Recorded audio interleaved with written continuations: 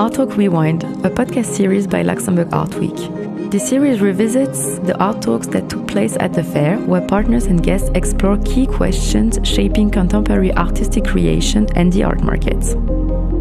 5 hours, 5 days, 50 years, David Claerbout at Konschthal, in collaboration with Konschthal Esch.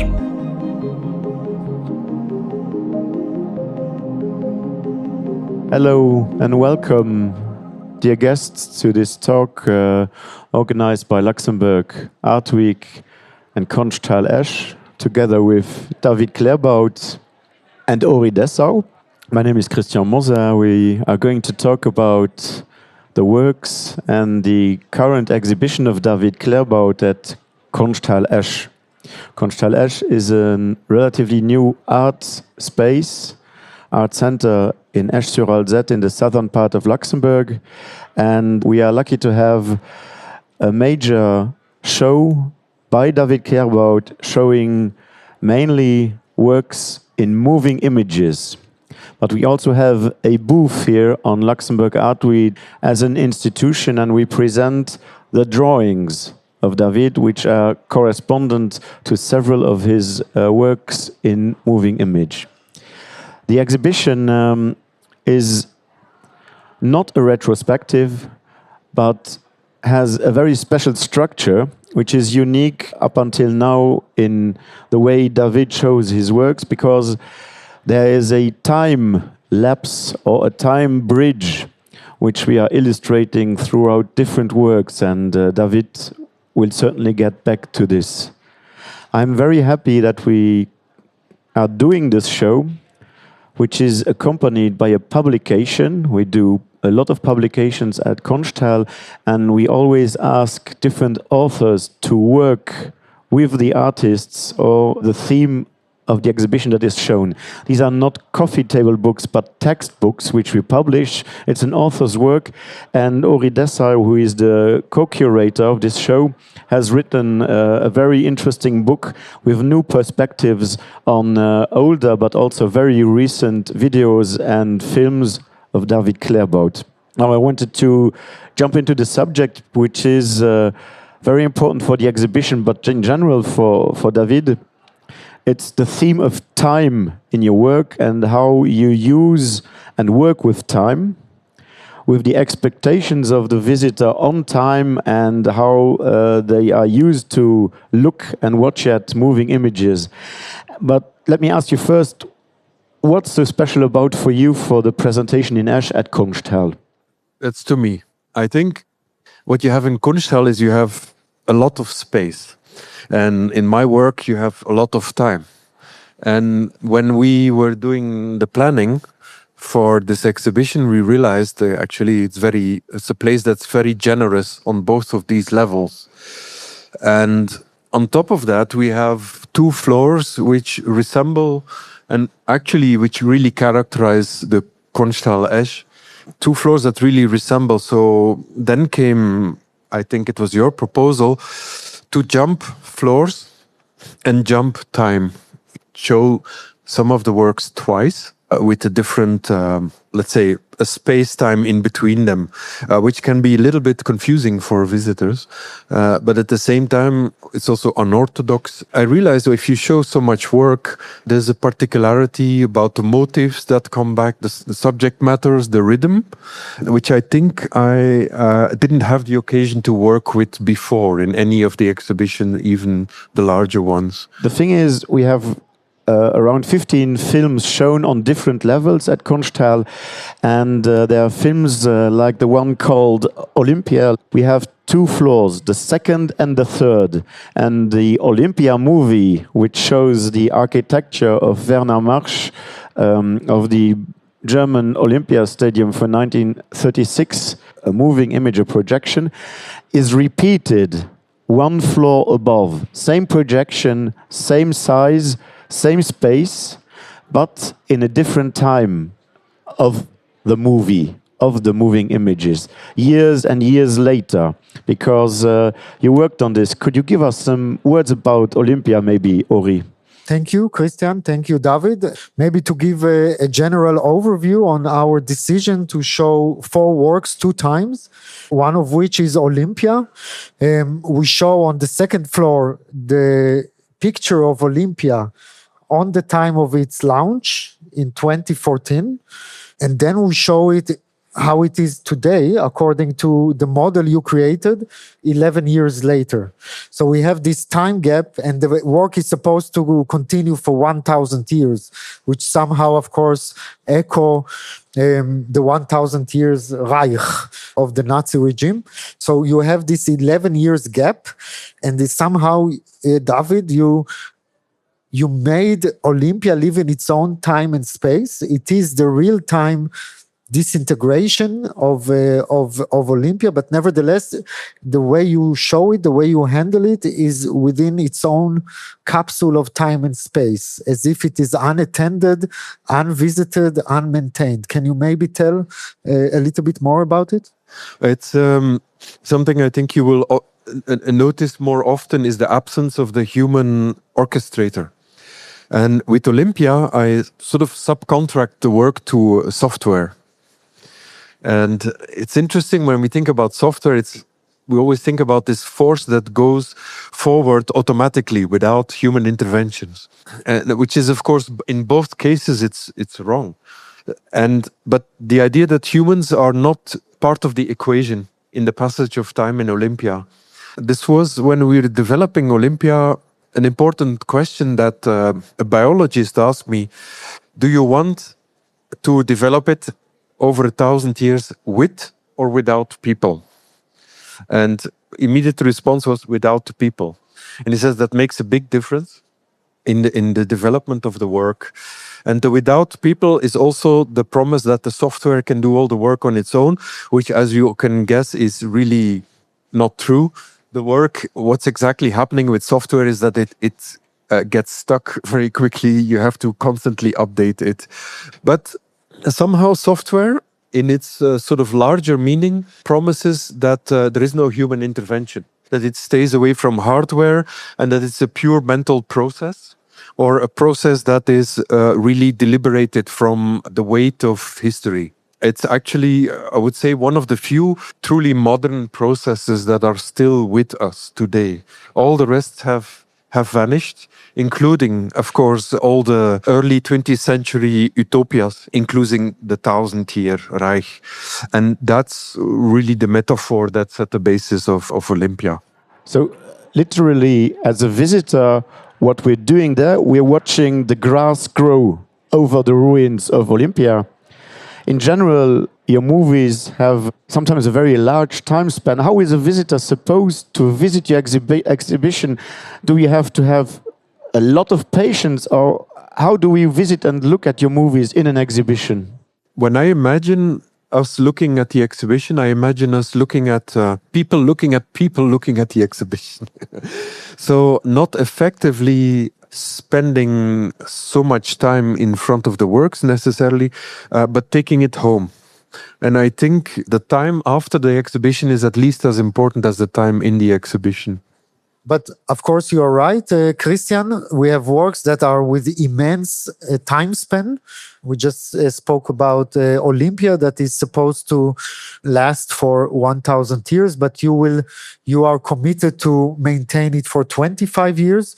We have backwards growing tree, which is also shown 2 times, which involves the time span of 5 years, during which a tree grows backwards from being a mature tree into being a useful small tree. We have the woodcarver and the forest, which is a work that dissects 13 years into 3 days in different periods. Each day represents the day of the time of the day when there is light. So it's like 10 hours each of the days.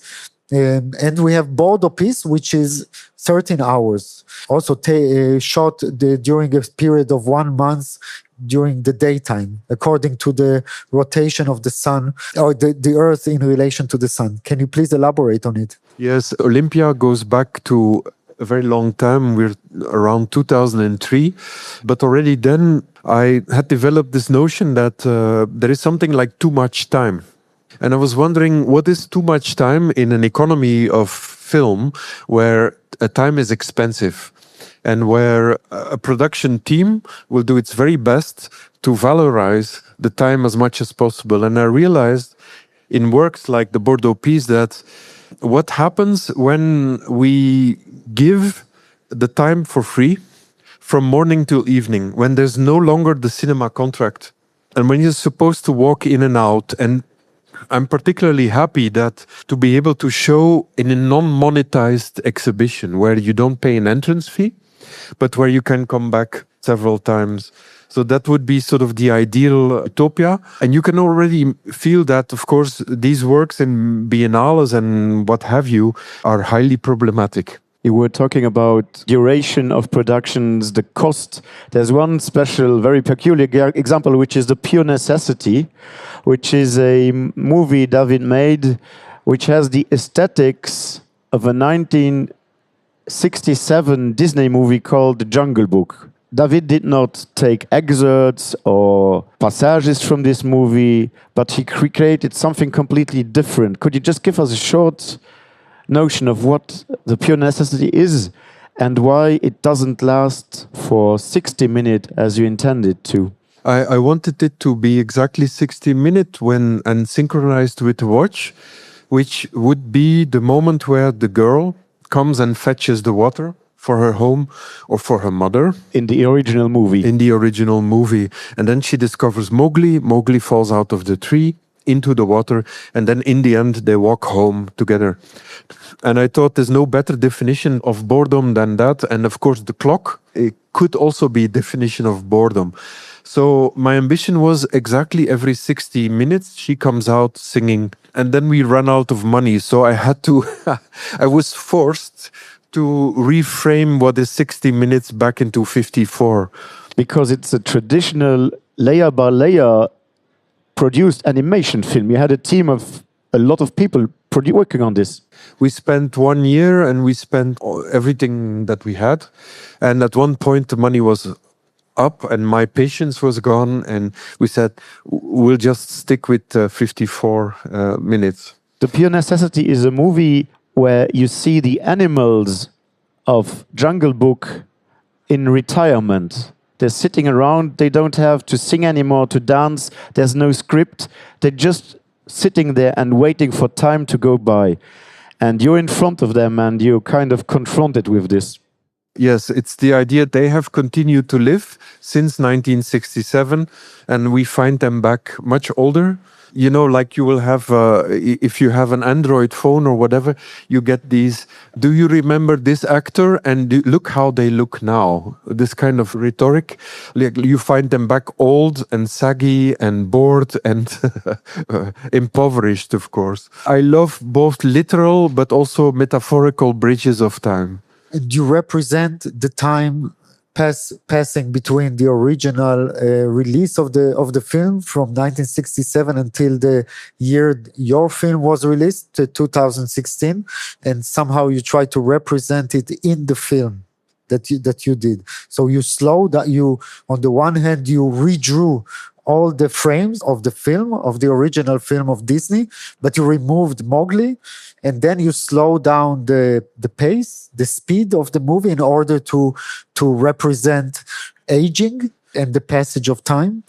So somehow you brought it back to nature. So you brought back the most evident artifact of culture, of popular culture, back that humanized nature. You brought it back to nature also, but in a state of nature that is post-human. And you already talked about this aspect of post-human, post-anthropocene, lacking the human factor, lacking the human figure in your film. Can you elaborate about it a little bit? The subject of any image is always going to be the human being. It's because any image that we generate or we create is always ever going to be consumed and recognized by human beings. Not a lot of use to do that for the animal world. So one could say the motive of any image is the human being. But what happens when you start to erase the human being out of the frame, and in to come back briefly to the pure necessity, is what we realized when we had an algorithm that was erasing the original animation of the animals and then the sound and it was only retaining the background. And we little by little realized that Disney had run out of budget, just like I did, for the background, for the plants and for the trees. And they had, if you look carefully, you can see it in my film much better. They had something like, I don't know, if I don't remember exactly, but something like 15 different motifs for plants. And those keep coming back over and over again. And again, the plants are the poor suckers. They are being cast to the background. So, and I kind of invite them back in. That's also why you will see often the motif of the tree returning. About drawings and images, moving images, we have drawings at the booth of Konschthal here at Luxembourg Art Week, but we also have the corresponding movies at Konschthal. For example, Wildfire, which is a very spectacular one on which you started to work in 2019. Now, I wanted to draw our attention a little bit to that your movies are not all filmed. They are not just digitally created, and they're certainly not only AI. There's something else. With the example of Wildfire, how should we consider this? What kind of object is this moving image? What's its name? How would you call it? I mean, technically later, but I would describe it as the architecture of fire, as if fire has become a building through which you can walk through. And as always, my only tool is really duration. It's not really CGI or AI or anything in particular, but it's the changes over time. And in Wildfire, I think there's a difference between when you first look at it, you're in the synchronicity with the fire and you observe ever so slowly this passage of fire as architecture. After half an hour, you've changed just a little bit, but enough to consider fire something entirely domesticated. It's not dangerous anymore. So it's the two faces of danger. One is fire as a domesticated thing, and also fire as a destructive part. You do work, or you are known to work with very advanced technologies, or you are interested in showing the meaning of what does it mean to be to have our lives surrounded, guided, dictated by technological networks and the technological images. But your work, on the other hand, is very much focused on natural processes. Every work is like an ecosystem. You go back to real time. You go back to, and not the accelerated time of communication, immediate time of communication networks. You also try to follow natural processes. You create your own ecosystem that function like nature and imitate nature and is based on models of nature. Can you say something about it? It's often, the films are described as a slowing down for either a hasted life or in relation to the speed of film or the speed of commerce or whatever. But it's actually more closer to a real breathing and a real heartbeat. So I don't think one could speak of a slow motion, but rather of a synchronicity with breathing and with life and with, and I think that's the rhythm of the work. It's not necessarily an artificial slowing down of something, but of course, when we compare it to the speed of the fact that when we see 24 frames per second in an image illusion, compared to that, it comes across as something that's slowing down. But my ambition is to work actually with a synchronized, as if the film is breathing together with you. Sometimes very literal. There is this one film in the exhibition where we have museum guards walking up and down the film with the airplane. And these are the steps that museum guards could make in the film. So this usually there's always a bit of a reference to normal life. You were talking about sound. There's a very special work in the exhibition, The Close, which is uses sound, even musical composition in its own way. The close is a moving image piece where you see two periods in time. The first one would be a silent movie, and the second one, CGI created part of the movie, and then suddenly it's silent at the beginning for a very long time, and at some point music and sound sets in. Could you tell us about your use of sound and music for that special piece and in general? How are ideas born? We don't know. There's no science about that. But I used to work with music, and by chance I was caught by this discrete soundtrack of Arvo Pärt, probably on the radio. And I was working towards something, and there was the idea. So I did nothing else in the end than making a music video in honor for this piece of music. The soundtrack, this piece of music, is about voices, men and women voices, describing a space of question and answer. So you have a back and forward going, and they really describe an acoustic space. And I think it's very present in his music, or at least in this particular fragment.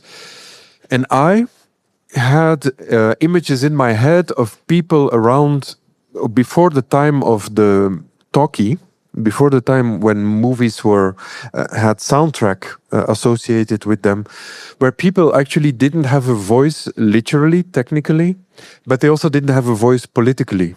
And this came together, and I figured out that this Arvo Pärt music was going to be replacing the voice of the child. But then there was another level where I was thinking about the early moving image and the very end of the moving image.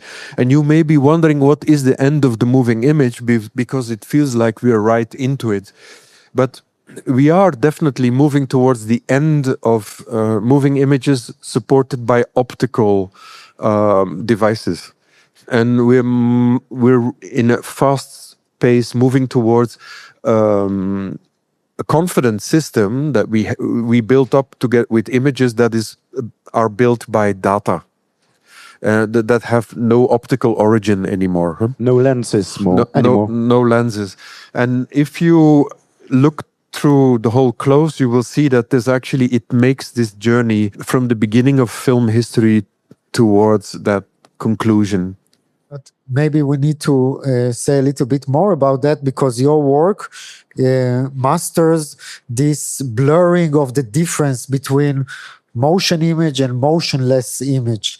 So many of your works, the close is one example, is a still image that somehow you spatialize, you turn it into a 3D image into which you penetrate and surround, and then it's both a still image but a moving image at the same time, to the extent that we can no longer distinguish between the two features. Yeah. Can you say something about we are very organic beings. We have our ambitions, our heart is beating, we want to do things tomorrow, and we have expectations. And whenever we have stillness, we confronted with stillness, there's always, death is not very far.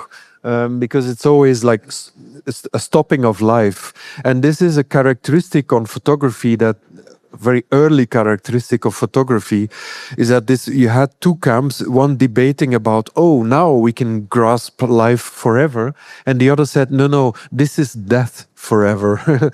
And this is something that I've worked with, and that's why I keep on going back and forth between stillness and animation, because animation itself dictates that you're part of the living. That's why we're so addicted to animation, because it validates our own life.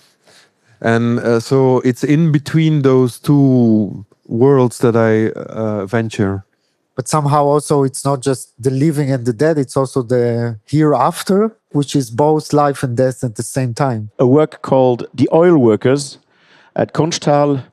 Tell us a few words about this, because I think the starting point was a still image, a JPEG you found on the internet, but already the JPEG is a format where information is reduced. So you had, let's say, not too much to start with, but what happened? I have a particular appreciation for the poor image, which can be an image found on the internet and then lost, or something that I've encountered in a book many years ago. So an image that doesn't have any communicative power anymore. And then if you read the title of the oil workers of the Shell Company of Nigeria returning home from work, caught in torrential rain, it infects the image. So with me there's always a slightly Magrittean infection of text upon image. But in the oil workers particularly, because we speak about oil, but we show water. We speak about stickiness, but we show fog, and we show evaporation. So, in fact, in oil workers, I'm bifurcating a direct message via a description of materials. We have stillness and movement, but we have this water in which they're all standing under the bridge, temporarily sheltered, and this water over time becomes perceived as something artificial. But also in oil workers, but somehow also in Olympia, you take a very loaded image or site or object that has to do with problematic history, problematic politics, and somehow you dance around it to the extent that you even depoliticize it, like you avoid the political charge of it. Can I say it like this? Yes, I'm very vulnerable in that sense because I somehow would like whatever the image has to say to you to come first. Anything textual to be later. Yeah, so you somehow break the correspondence between the label or the description or the caption and the image to play with language, so to speak. Yeah, I grew up with text and images being, and I saw text becoming increasingly more important than images, and text validating the images. And I always found that a certain injustice to it. That's why I'm on the side of, I think of myself as the advocate of the involuntary in an image. About the process of creating a work, there's a new step now which we could co-produce, which is the woodcarver. And I think this is a new boundary that you broke. Could you tell us about how you started this off, with what means and what tools, and how this suddenly came together? Because here we really have something very new. This is just a few weeks old, and it's a sort of compendium of many techniques, but also philosophical starting points you used in your work. Who is the woodcarver and what is he doing?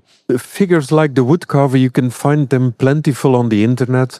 If you want to slow down and if you want to be influenced by some ASMR. And ASMR is autonomic sensory meridian response. It's a bit of a fake term for slowing down and coming back to simple phenomena like carving in wood or putting oil on wood and making it in. So these micro events that are really far away, as remote as possible, just like the figure in a forest in his villa on his own. But that's the motive. What I was thinking about really was the two conflicting realities at the same time. I wanted to make a film that does have this calming effect, but that if you would effectively spend the 13 years that are running in the script, you would see the destruction over time of the forest, of the material that he's actually carving in. So this contradiction between, on one hand, industry and artisanal work, speed, slowing down, these things that I wanted to give an equal proportions. In fact, he's using the wood of the forest to carve the spoons. And over 13 years, the forest is going to disappear slowly. That's the calculation that you made. Yes, it's calculated. It's actually entirely prompted by AI, and which is easy nowadays. You just have to have an idea, and then you write it out, and you get prompts or your prompts provoke images, and from there you can continue. So it's entirely done with AI, and then we shut AI out and we take a traditional film team and we produce all these images, quite pastel looking like images, feel good situations, and we produce all that. And at the very end, in the third day of the production, but also part in the second day of the film, we reintroduce images made by AI. And you feed it back into AI. So the traditional cinematography is fed back to AI and is then again integrated into. And things happened then. Strange things happened. Artificial intelligence is it's absolutely not an intelligence at all, because intelligence is organic. Yeah, what we talk about is, we mean competitive intelligence, computational intelligence that's faster than another, and that's actually about computational power. Organic intelligence, on the other hand, depends on what you have had for dinner yesterday, who's your mother, who's your father, etc., etc. That's a very different kind of intelligence we're talking about. When we work with artificial intelligence, I always think about it as the monster of Frankenstein. It's very powerful, but it's extremely dumb, and its memory is very quickly redundant. It forgets what it has been doing. And this provokes a certain aesthetic, what it can do. So I try to interweave that again into the film, and I try to make AI recognize its own products. You can't talk about artificial intelligence as some kind of identity. It's not. It's an ongoing competitive model that gets better every day. About the images themselves and their age in your work, you have worked with a lot of systems, programs, tools. For example, Olympia was, if I'm right, you used an algorithm that was used to produce first-person shooter video games back then, in the 90s.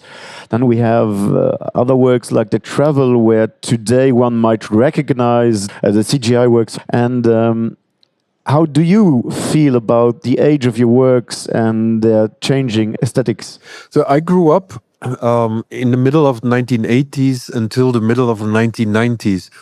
So when I got introduced with the first and the second generation of artists working with image technologies, those people would have been people like Gary Hill, Bill Viola, and many, many others, just to name a few of the best known ones. What freaked me out with them was the quick redundance of the technologies they sometimes worked with. Like the quick outdated. Yes. And I realized, okay, this is going to be part of the dance that I'm going to do with these technologies. But I tried to treat them as if they were already aged. Yes, your work always in the forefront of the advanced, of the new, but it always echoes early photography, chronophotography, early experiments in movement in photography of late 19th century, etc. My work, when it was new, was already old. This was that's why it will never get old. Maybe. To age well inside technology is something any artist is confronted with. It's not, you can imagine on a very superficial level that, when I paint, I'm escaping from. No, you're not. But that's the case for any artist. In fact, any singer or any actor or any writer or any. I would like to take one step back when you were speaking about making moving image without a lens. Very often you have used this term of dark optics. What does dark optics means? What does it mean in your work? Could you give us some explanation about this? It's a good question, but it's an increasingly hard question to answer.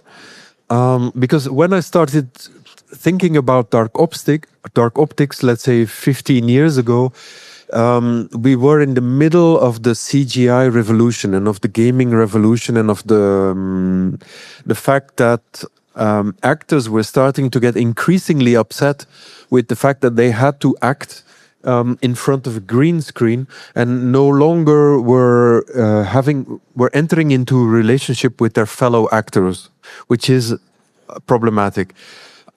My ironical stance was, you don't have to be afraid of it because you have already entered into that situation. You're already into the dark optics. I try to announce this industry in which actors are now really upset about the power of AI, or the same for scriptwriters or for musicians or for anybody, including artists, is like, please don't be afraid. This has been announced for so long. So it was something that arrived. I had the impression already 25 years ago that acting became artificially intelligent and that they became ever more dependent on formatting. And that really you had to look very well in the art films to get proper acting. The rest was already really formatted. So I think technology doesn't barge in taking us by surprise, but it announces itself with a slow, ghostly breath from many decades beforehand. There's another aspect of your work as a whole, especially for the moving image. For many works, I have the feeling that you want to de-dramatize something when we go to see moving images in a more, let's say, classical format, commercial cinema, TV, etc. There's a very strong sense of drama and, of course, of a script. Now, when we go to your exhibition and we go through it too quickly, one has the feeling that literally nothing is happening. But still you feel that you have to stay. How do you manage this? Do you really de-dramatize your work, or is there something I missed? The problem with, let's say, dramatic moving images, such as in the consumption of films and cinema and whatever, and publicity, you name it, is that they depend on psychological realism. So they depend on your psyche to change and to evolve in their machinery, and this is something I'm not giving nowhere in the films. So the films I'm making let you go on a psychological level. The question is, what else do you have? What other relationship can you have? No, but in this sense, you are part of a tradition that goes back to Andy Warhol absolutely films, Robert Bresson, that also was against this psychological time. Long duration cinema, Claude Lanzmann, etc. Suggest an alternative to mainstream cinema. In the end, the question is what people like myself try to do is we try to formulate different impressions of what duration could be. Because if you think about duration in Einsteinian and then Bergsonian time, you say we have clock time. How to escape clock time? Huh? Because clock time seems to be it's everywhere. It's in the lights, it's in these images, it's in our watches, it's in everywhere. And how do you formulate alternative? Well, I hate the word since Donald Trump, I hate the word alternative. What else can you find? Other ways of living time. Experience time, yes. It doesn't have to be long. It can be a minute, it can be 2 minutes, but it does have to change you over time, not immediately. Because if the injection is immediate, then it's also quickly gone. It has to be in memory. Memory is in the end what all that you can think about. Don't have the option of being in synchronicity with time. Because any definition that we posit of time is, per definition, highly personal and usually momentary. Maybe another remark, basic decision was not to show drawings in Konschthal Esch, but to focus on the presentation of drawings in the fair, in the booth. But also the drawings is not such a minor aspect in your work.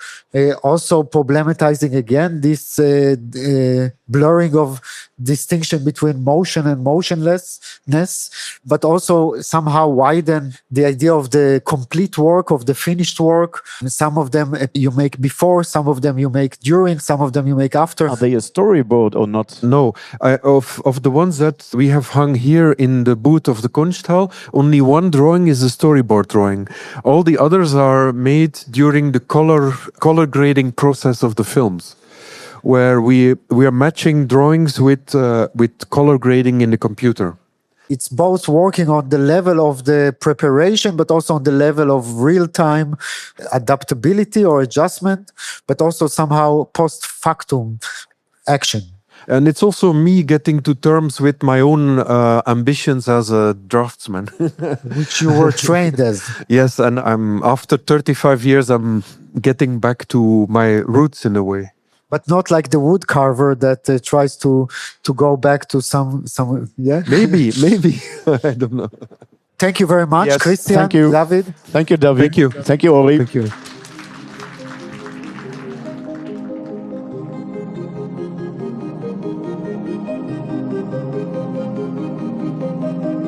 Luxembourg Art Week would like to thank all speakers and partners for their commitment to the 2025 Art Tour program. The next edition will take place from November 20 to November 22nd, 2026. Join us for a new series of captivating conferences and conversations about art live at the fair or available for replay afterwards.